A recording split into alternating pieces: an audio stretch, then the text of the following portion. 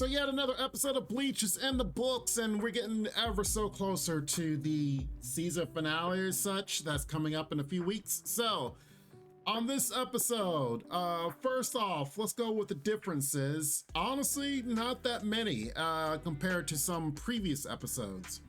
The biggest one is this fight right here. This whole fight with Byakuya and all the rest of these Stern Ritters absolutely added in. In the manga, it cut to Byakuya, and then basically all of the Stern Ritters that he fights here, he beats, were just laid out. So indicating that he already just defeated them super quickly and easily. So the anime was like, you know what? Let's animate that. So thus they went ahead and animated this big fight with these Stern Ritters as they try their best to fight Byakuya and absolutely get utterly destroyed. Which honestly, even though yes, it was a milk for time, added a lot of time to the episode, was a good fight because we already knew Byakuya was pretty strong. But hey, works out that we get to see more of his fight. The second difference, like I said, this one is a very minor one, but as this captain is beating the Love Stern Ritter, you notice he's in his Bankai form. In the manga, he wasn't. He's just regular form, kind of showcasing his strength as he is kind of a controlled zombie, that he's just able just to beat this guy up easily while not being Bankai. And notice how in the anime, I mean, yes, he was in zombie form, but notice in the anime, there was no declaration of him transforming into Bankai. He's just all of a sudden in his Bankai form. You know, and that's probably because of the manga doing that. I'll be honest, they didn't have to add him or show him in Bankai.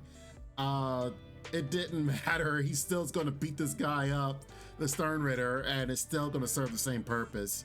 I don't know, maybe the colors are just a lot easier to animate and such, just to have the thing around him. Whatever the choice was, I mean, we see a very nice fight as this guy just literally like a stand just punches the daylights out of this Stern Ritter L. So to get on to the actual analysis, let's talk about this guy, Stern Ritter L, Pepe. This guy was such a creep, and honestly, I think they did a very good job of capturing how creepiness he is, because you know, he's this big guy, he's here trying to show love, if you will, and of course his transformation state is where he's like Cupid, if you will, you know, trying to be the big baby Cupid trope. And yeah, absolutely the creepiest guy, although a powerful move that he's another person is able to control someone else through love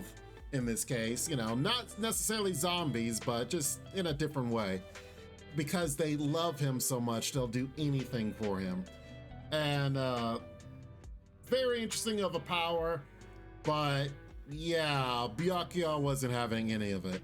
I will say I did like the touch in the episode where as they're fighting, like the background is a nice like jazz, like smooth jazz music, you know, to emphasize the love part of it. I thought that was a nice touch. I will say one thing that I did notice, Pepe, if I like the transformation of him, because if you notice, right, look at his face, how clean it looks. He's cool, he's a cool cucumber. He's also like in control. Yes, I'm transforming, yeah, he's controlling people through his love. He's floating around, like he has control of the battlefield and such. But then it's like his descent into, I guess you could say madness, if you will, because when he transforms, look how ugly he looks, how chaotic he is, and like he's no longer in control of the battlefield and how things are going. Of course, the zombies come out and he gets punched, defeated, and even eaten. But in the beginning, like he comes out like, haha, I'm in control. You don't know my power over love, and I'm able to change everyone, and you're in trouble, Byakuya. And then all of a sudden he's like, oh, I gotta go full power, and yet the artistic look of him is not as collected as it was before, and thus his battle style is totally different, and he's more wilder, and like I said, in less control of the battlefield, which inevitably is what his undoing is, gets eaten by another Stern Ritter. Aside from that, I'll touch on what we talked about last week, which feels like we were correct in what we were saying about Captain Kurotsuchi, that even though he may not be as skilled as other captains in hand-to-hand combat, he makes up for it with his intelligence, which is exactly what I said last week's video if you haven't seen it. And the beginning of this episode really emphasized that even more so, because here he is fighting Captain Hisagaya, and even he's like, oh, you're wondering how I'm able to keep up with you. It's because I've done this to my sword. And yet and still, like I said, he may not be as skilled. And even when he was fighting him, he was dying, if you will. It was looking like he was actually dying on purpose. Like he wasn't dodging, he wasn't jumping away, which in the beginning of the episode, you saw him doing a lot of that, a lot of the fluid movements and such. But then when he's dying or about to die, once, you know, Hitsugai comes in here and hits his Bankai, that he just stood there. He's just like, oh, okay. So it's like, all right, yeah, dying is part of the plan. And of course, him dying over and over and over again is what makes Hitsugai's brain shut down, movements and equilibrium just fall flat. So it's all a part of the plan, yet such a very good plan, and gotta give it up because this guy, he's a very eccentric captain, and it just kind of heralds back to when he was first introduced in Bleach in general. He was kind of introduced as like the villain because it's like, oh, he's done tests on Quincy's, and here we have Uryu wanting to get revenge on him. So it's made up like he's the villain, but then you kind of learn that he's not necessarily a villain. He just kind of has a different way of doing things.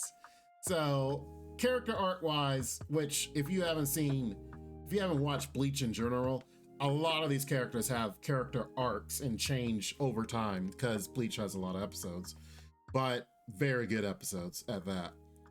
Regardless, I mean, there really wasn't too much more in this aspect. The way the episode ended with the enemy making it to the palace, lovely touch, and I can't wait to see more about that because they are the first enemies to make it this far.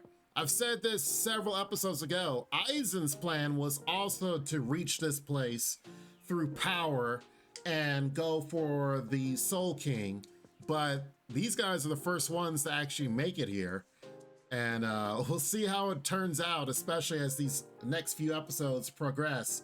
But lo and behold, we definitely will be here going over it. So make sure you guys like the video. Make sure you guys are subscribed because a lot of you guys aren't. But make sure you guys tune in here first for the future and Bleach videos and other anime analysis because we'll definitely be going over them. And I hope you guys are enjoying it.